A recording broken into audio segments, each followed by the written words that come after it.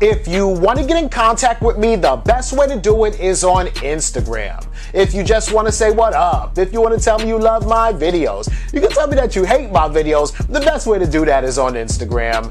Peace, y'all. Johnny Fastlane here. So, Jay Prince responds to Megan Thee Stallion, and Young Dolph says he's quitting music. Plus, Jay-Z launches Marcy Venture Partners. Let's talk hip-hop. So let's just recap what's going on real quick, and then we'll get to like the update, right? So the whole situation is Megan Thee Stallion put out a video where she says that she signed a deal with her record label, which is an indie record label, right? 1501 Entertainment is owned by Carl Crawford, right? She says she signed a deal with them, but she really didn't know exactly what she was signing. She was just young, dumb, and happy to, be signing some record deal, right? So apparently she has management now that's at Roc Nation, which is the company founded by Jay-Z, right? Doesn't mean that Jay-Z's her manager, it just means his company, somebody within that company is her manager, right? She is still signed to 1501 Entertainment as an artist though, right? So anyway, her manager points out the fact that there's some, discrepancies in her contract, and she's like, oh wow, this is crazy, right? So she goes back to Carl Crawford to try to renegotiate her contract with 1501 Entertainment. Carl Crawford is like, no, I like the contract. I don't want to renegotiate. This is good for us and my company, right?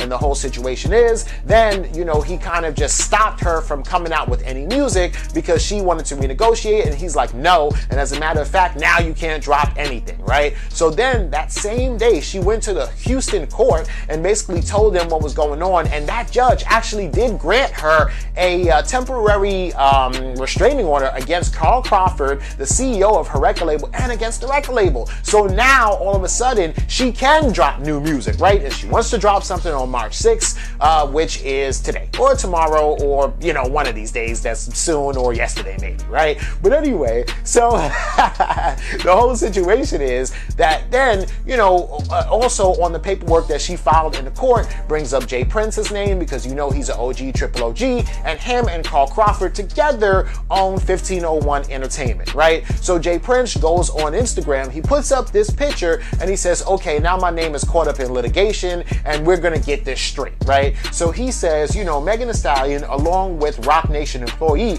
Grace Lyer, decided to include my name in a lawsuit wrapped up in lies and stupidity, right? And then this is a huge, long statement, and I'm not going to read the whole thing, but basically he says that Roc Nation waited until this little independent artist, Meg Thee Stallion, was hot, and now they're trying to pull her from them and basically benefit from all their hard work, right? Like before 1501 Entertainment put out Meg Thee Stallion, nobody knew who she was, period, at all. And Roc Nation, even though they're a big company, would not have gambled on or put their money on a Meg Thee Stallion if she wasn't as hot as she is right now, right? And of course, once they see the hot artist and they got her on their side for management, now they're saying, oh, look at this here in your contract. Oh, look at that in your contract, trying to poke holes in her trust for Carl Crawford, Jay Prince, and 1501 Entertainment. Then, of course, they're going to offer her more money than what they gave her, I guess, and now she's going to be jumping at the opportunity to be separate from them, right? Now, Jay Prince also goes on to say, though, that, Meg Thee Stallion right now is making 40% on every dollar that the company makes, right? So they get 60%, she gets 40%, which is actually pretty damn good. And I'm sure that Roc Nation, if she were to sign to them as an artist like Lil Uzi Vert is, yeah, she might get a lot of money up front, maybe $500,000, $500,000, but the money that she's gonna get on the back end, it's not gonna be no 40%. It's probably gonna be like 10% or something like that, right? And for Meg Thee Stallion to be such a big artist and to be independent, she probably will make a whole lot more money like that versus making money, signed to a major record deal, right? But I guess Roc Nation are probably trying to get her into a 360 deal, which is also what she did sign with 1501 Entertainment, because they are taking a percent. They're taking 60% of everything, right? Shows, streaming, album sales, merch. They're taking 60% of everything. And I think that's what Megan Thee Stallion's issue is right there, right? She doesn't want them to take 60% of that. She wants them only to take 60% of maybe streams and, album sales and maybe even merch, right? But not the shows. And also, if she's going to do something like, let's say, partner with Puma or Pepsi or something like that, guess what? 1501 Entertainment gets 60% of that too, right? And I'm sure that she doesn't want that, but the reason why they feel like they are afforded that money is because nobody would even know who Meg Thee Stallion was for her to be a brand ambassador or for her face to be valuable as somebody who, oh yeah, she's wearing my brand, you know what I mean? So they want part of that money too, right? It's a crazy situation, but let me know what y'all think about this in the comments. Alright, yo, this is funny, right? Because young Dolph goes on Instagram on his story and he's like, I'm highly considering quitting music because I really want to be with my kids 24/7, right? And that's cool, man. Like, I get you, right? But part of Young Dolph, first of all, is one of my favorite rappers, and I kind of think that he's trolling a little bit, right? Because Young Dolph has known to troll a lot, right? He says he's independent, right? That he would never sign to a major deal, right? And then he turns around and says, yo, I signed to a major deal, and then comes back 2 months later and is like, you really think I was signed to a major deal? You must be stupid. You really don't know me, right? So it's just all kind of craziness. So do I really think he's gonna stop music, or am I stupid because I don't know him, right?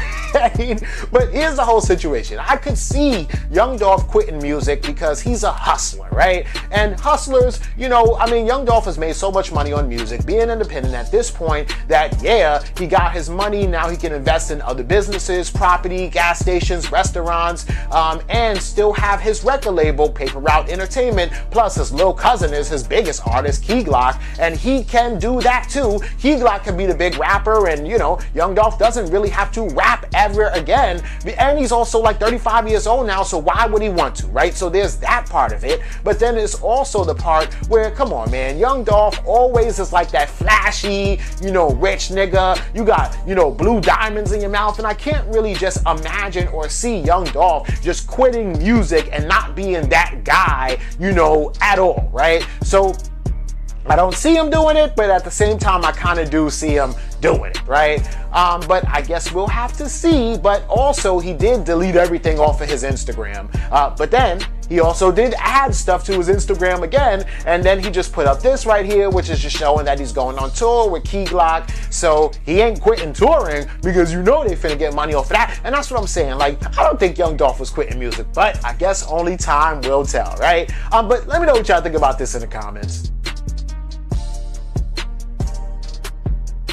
All right, so Jay-Z launches a investment firm, right? And this is crazy. And like, this dude, Jay-Z, is like really stepping into like billionaire status. I mean, he's already a billionaire, but now he's doing billionaire shit, right? And so the name of the investment firm is called Marcy Venture Partners. And basically, Marcy Venture Partners is going to be a firm that invests in other companies. So just like, I don't know, if you watch Shark Tank and you watch like Mr. Wonderful and Mark Cuban and all these people like invest in like other ideas that somebody may bring them, it's the same situation, right? And Jay-Z could and should be on Shark Tank because Marcy Venture Partners would be the name of the company that he owns, that he founded, that will be investing in other companies, right? So for now, Jay-Z has invested in about 6 companies in the past, let's say 5 or 7 months, because they really literally just launched, I believe, back in like July of 2019, right? Which is crazy. So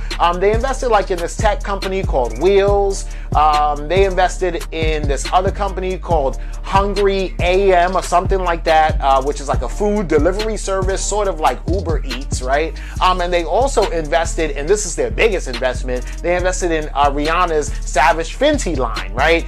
So between those 3, they have 3 other businesses that they've invested in. And I mean, at this point, Jay-Z is just looking to invest in other companies that he thinks are going to be successful so that he can continue making money. And I mean, he's learning from, other people's examples. And this is crazy because I see Jay-Z not trying to reinvent the wheel or anything like that, but just say, okay, you did XYZ to get rich. You put XYZ amount of money into this. Well, I'm going to do the same thing. And I'm going to put the same amount of money. And how could I lose? Because it was proven that this method works, right? And at the end of the day, that's just the smartest thing to do. Put yourself in a position to win, right? And that's what Jay-Z constantly does, right? But let me know what y'all think about this and everything else in the comments down below. Don't forget to like, comment, share, subscribe. Make sure you hit that notification bell. Follow me at Johnny Fastlane on Instagram, and y'all already know what to do. Peace.